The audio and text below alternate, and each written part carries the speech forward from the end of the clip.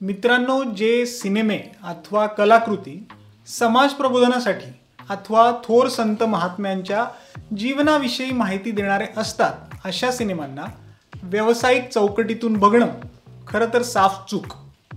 मग तो हिंदी असो वा मराठी, हो की नाही? म्हणजे मी तरी हे कटाक्षाने टाळतो. शिवाय त्या सिनेमात जरी काही दोष राहून गेले असतील तरी त्यावर बोट धरून न ठेवता एक व्यापक दृष्टिकोन ठेवून त्यातील चांगल्या बाबींवर जास्त फोकस ठेवण्याचा प्रयत्न माझा नेहमीच असतो. तुम्ही माझा अशातला लाईफलाईन नामक मराठी सिनेमाचा रिव्ह्यू पाहिला तर तुमच्या हे लक्षात येईल. मित्रांनो, काल मी जेव्हा रघुवीर हा मराठी सिनेमा बघायला गेलो तेव्हा सुद्धा मी व्यावसायिक करमणुकीचा चष्मा न घालताच तो पाहायला गेलो. आपण सर्वच जण असे करतो. आता समर्थ रामदासांचा जीवनपट म्हणून आलेल्या सिनेमाला कोण कशाला करमणुकीसाठी बघायला जाईल? पण हो, करमणुकीची अपेक्षा नसली तरी अधिकाधिक माहिती मिळण्याची अपेक्षा मात्र नक्की असते. शिवाय अपेक्षा असते त्या व्यक्तीच्या कार्याला अधिकाधिक न्याय मिळावा आणि ते अधिक प्रभावीपणे लोकांसमोर यावे, जेणेकरून आजच्या पिढीला त्यातून प्रेरणा मिळेल. मग हे करण्यात रघुवीर कितपत यशस्वी झालाय, बोलूयात. नमस्कार मित्रांनो, मी अजिंक्य उजळमकर आणि तुम्ही बघत आहात नवरंग रुपेरीचे यूट्यूब चॅनल. आणि आज मी रिव्ह्यू नाही करणार तर फक्त बोलणार आहे रघुवीर या सिनेमाबद्दल.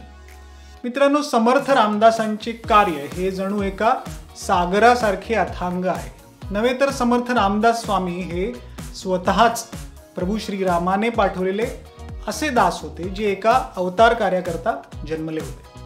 17व्या शतकात हिंदू धर्माला आलेली मरगळ दूर करण्याकरता या थोर संताने केलेले कार्य इतकं अचाट आणि अफाट आहे की त्याला तोड नाही. इसवी सन 1608 ते 1682 असा हा जवळपास 70-75 वर्षांचा प्रवास केवळ 2.5 तासांच्या सिनेमात बसणे एकतर अशक्य आहे.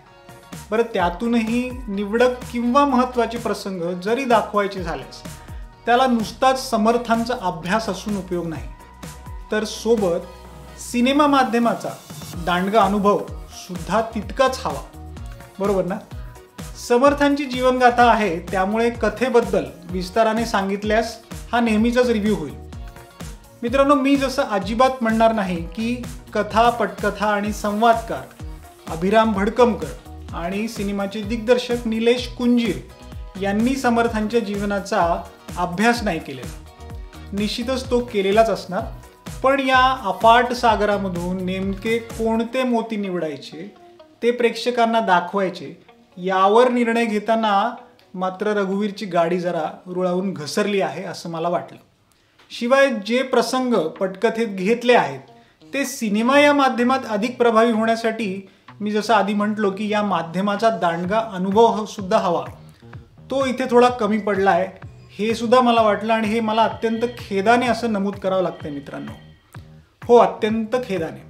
कारण ज्या समर्थ रामदास यांनी दस्तूर खुद्द छत्रपती श्री शिवाजी महाराजांना स्वराज्य कार्यात प्रेरणा दिली, मार्गदर्शन केले, त्यांनी त्या काळात सामान्य लोकांमध्ये तर किती मोठ्या प्रमाणात जागरूकता आणली असेल. छत्रपती शिवाजी महाराजांच्या सारखेच भारतीय स्वातंत्र्य लढ्यात लोकमान्य टिळक असोत की स्वातंत्र्यवीर सावरकर, या सर्वांनी मशाली हातात घेण्यामागचं जे प्रेरणास्थान होतं ते समर्थ रामदास हेच होते. तब्बल 12 वर्षे भारत भ्रमण, 6वे शीख गुरु हरगोबिंद यांची ऐतिहासिक भेट, दासबोधासारख्या महान ग्रंथाची निर्मिती, मनाचे श्लोक, शेकडो मठांची स्थापना, श्रीरामाच्या आणि मारुतीच्या कित्येक मंदिरांची पुनर्प्रतिष्ठापना इत्यादी इत्यादी अशी ही यादी न संपणारी आहे. पण रघुवीर हा सिनेमा बघताना या सर्व ऐतिहासिक घटना केवळ एका क्षणापुरते समोर येतात. उदाहरणार्थ, छत्रपती शिवाजी महाराज आणि समर्थांचा जो फोटो आपण अगदी लहानपणापासून सर्वत्र बघत आलो आहोत, त्याच फोटोमधील पोज पुरते इथे हे दोघे दिसतात. तर असं असेल तर ते कसे चालेल?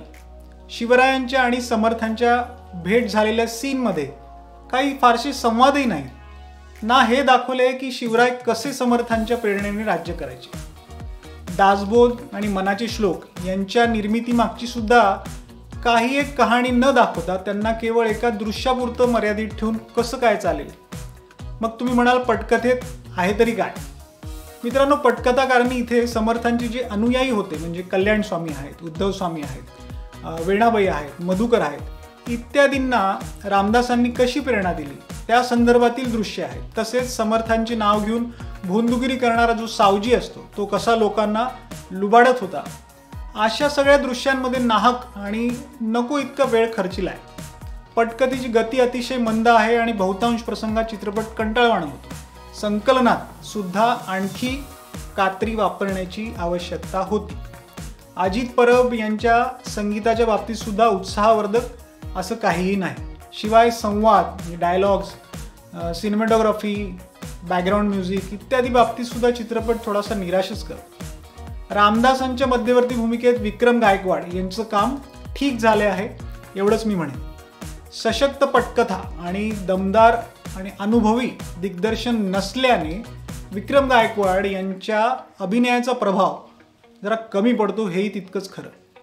नारायण म्हणजेच लहानपणीच्या रामदासांच्या भूमिकेत निनाद कुलकर्णी, रामदासांच्या आईंच्या भूमिकेत रुजुता देशमुख, भावाच्या भूमिकेत राहुल मेहेंदळे, प्रभू रामाच्या भूमिकेत विघ्नेश जोशी व इतर कलाकारांनी आपापल्या परीने त्यांच्या व्यक्तिरेखा ठीक साकारल्या आहेत. मित्रांनो, अखेरीस तुम्ही म्हणाल की मग रघुवीर बघावा की नाही, किती स्टार रेटिंग आहे वगैरे वगैरे. पण मी सुरुवातीलाच सांगितल्याप्रमाणे हा काही व्यावसायिक चौकटीतला सिनेमा नसल्याने याला स्टार रेटिंगमध्ये मी नाही तुलना करणार. हां, बघावा की नाही म्हणाल तर फार काही अपेक्षा न बाळगता आणि पटकथेत आणि दिग्दर्शनात झालेल्या चुका पोटात घेऊन केवळ समर्थांच्या प्रेरणेने एकदा बघण्यास हरकत नाही. पण एका समीक्षकाच्या नजरेतून जरी मी नाही बघितला आणि केवळ समर्थांच्या विचारांचा उपासक म्हणून जरी विचार केला तरी माझं काही समाधान नाही झालं एक प्रेक्षक म्हणून. चित्रपटरूपी हाती आलेल्या सुवर्ण संधीला सोनं करण्याकरता पटकथाकार आणि दिग्दर्शक सुद्धा तितकेच समर्थ हवेत हेच खरं. समर्थांच्या आयुष्यावर टाकलेला थोडक्यात दृष्टिक्षेप एवढंच मी रघुवीर बद्दल म्हणेन. मित्रांनो, तुम्हाला आमचा आजचा रघुवीर सिनेमाचा रिव्ह्यू वजा व्हिडिओ कसा वाटला आम्हाला नक्की सांगा आणि नवरंग रुपेरीच्या यूट्यूब चॅनलला सबस्क्राईब करा. धन्यवाद.